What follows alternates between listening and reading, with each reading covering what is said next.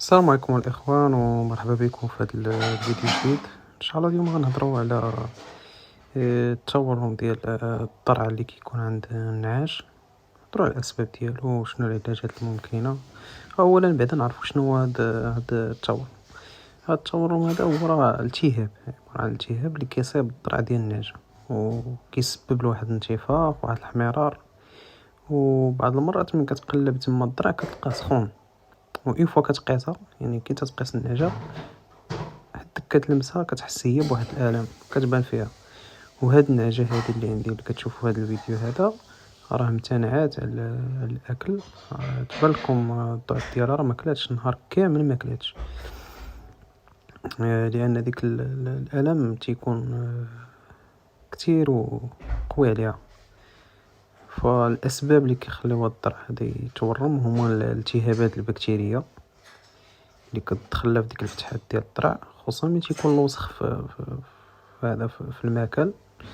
فللاسف انا تعطلت في النكاسه، وقدر يكون هذا سبب، لانه هذه الحاله الثانيه ماشي الحاله الاولى. فواجب انني نبدا النكاسه ونبدا بروغرام جديد معهم ديال النظافه هي النكاسه، وكذلك نحاول ندير شويه الجير في الحيوطه حتى هو كينظف ونرش الدواء. قلة النظافه كدير هادشي الاخوان. كذلك كاين احتباس الحليب حتى هو راه كيدير هاد التورم. الا شفتوا شي نزال اللي عندها حليب كبير وفيه حليب بزاف حاولوا تحلبوها. وراه كانت عندي حاله بحال هكا، راه داير فيديو ديالها. وملي كيبقى ديك الحليب مخزن وكيكون تما تيبقى تيكون واحد الوسط اللي مبرع كاع مخير بزاف باش البكتيريا تتكاثر. فالعلاجات الاخوان راه باينه. النظافه، شدوا واحد الغلاي ديال الماء غنسخنوه مزيان، ونشدو الصابونه د الحجره وغنغسلو لها به ماء سخون والصابونه د الحجره ونظفوه مزيان. ملي تنظف غنحاولوا نمسحوه بواحد المنديل اللي يكون نظيف. شوفوا شي فوطه ولا شي شرويطه اللي تكون نظيفه ما تكونش موسخه، ويتمسح على داكشي مزيان. وبالنسبه اللي عندها مشكل ديال الحليب، يعني عندها الحليب بزاف في الضرع، فالحلب بانتظام. مرة نحلبو، يعني واحد المرة في النهار راه كافية، مرة ولا جوج ماكسيموم. إلا كان الحليب بزاف جوج المرات. كان الحليب هي شوية يعني عينك ميزانك. فإلا شفتو ديك النعجة اللي عندي أنا في الفيديو، لا رجعتو شفتوها، راه كنحلبها جوج المرات في النهار، لأن تبارك الله حليب فيها بزاف.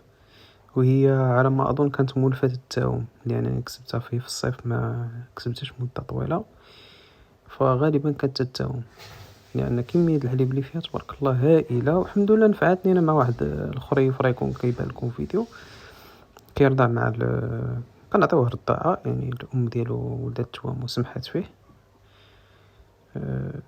يعني الحمد لله نفعنا بزاف ديك الحليب. وما نساوش الاخوان حاجه اللي مهمه ومهمه بزاف هي مضاد حيوي. مضاد حيوي راه مهم. طيراميسين راه مضاد حيوي، يعني نحاول نعطيه 3 جور تاليه. راه العبار ديالو هو سنتيم في كل 10 كيلو. يعني النعجة عينك ميزانك، إلا كان فيها ديك 40 حتى ل50 راه تعطي 4-5. وكمل البروغرام ديالها ديال 3 أيام. بالنسبة للوقاية ديال، يعني إلا بغى الواحد يكون داير الوقاية ديالو باش ما يطيحش في هاد المشاكل هذا، هو الحفاظ على نظافة المكان الأخوان. كل مكان نظيف.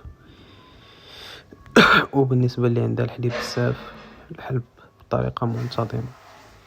والمراقبة ضروري. المراقبة يا إخواني يعني أهم حاجة هادشي كامل هو المراقبة. الواحد يكون كيراقب البهايم ديالو، يعني واحد المراقبة دورية، يعني صباح وعشية بحال هكا يدير واحد الكونترول، يخرج ويطل ويشوف.